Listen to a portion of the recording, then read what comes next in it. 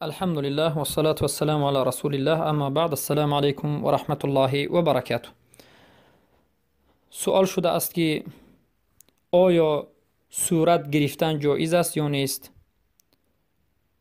البته در مسئله صورت گرفتن رسول اکرم صلی الله علیه و سلم حدیث های گفتند و این حدیث های صحیح است که آمده است: ان اشد العذاب یوم القیامة المصورون فیقول الله سبحانه و تعالی لهم احیوا ما خلقتم.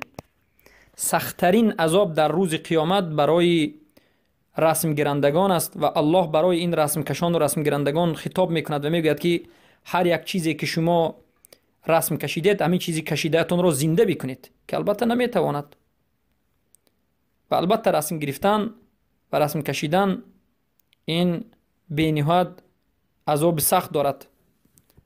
و اما بعضی از علما در این مسئله میگویند که این حدیث رسول اکرم صلی الله علیه و سلم دلالت به رسم کشی میکند، یعنی به دست کشیدن، به دست یک ورق رو گرفتن و رسم کشیدن، رسمی چیزهای جاندار رو کشیدن. البته رسمی چیزهای بیجان رو کشیدن جایز است، رسم خانه، رسم ماشین، رسم چیز دیگر رو کشیدن جایز است. رسمی چیزهای جاندار رو کشیدن حرام است. به دست کشیدن یا که هیکلچه تراشیدن، هیکل ساختن، هیکلچه تراشیدن، بت ساختن، این حرام است و این گناه کبیره است البته.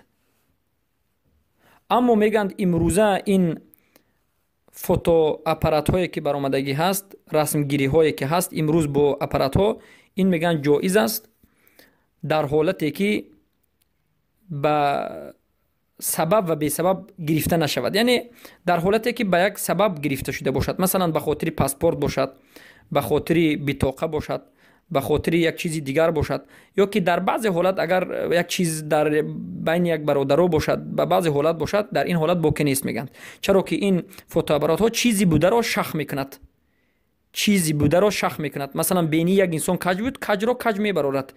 اما رسم کش ها، رسم تراش ها بینی کج را بینیش را راست میکشد برای اینکه صاحبش خفه نشود.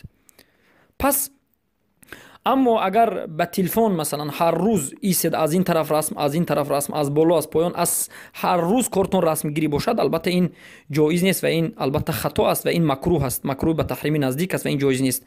بارک الله فیکم. برای همین از مؤمن یک صفت دارد، صفت مؤمن این است که از چیزی شبهناک دور می شود. این چیز شبهناک است، بیهوده نگیرید. اما بیهوده باشد باکی ندارد، بیهوده نگیرید و از لغو و لعیب، از این چیزهای بیهوده دست بکشید. بارک الله فیکم. و این خیر است و این بهترین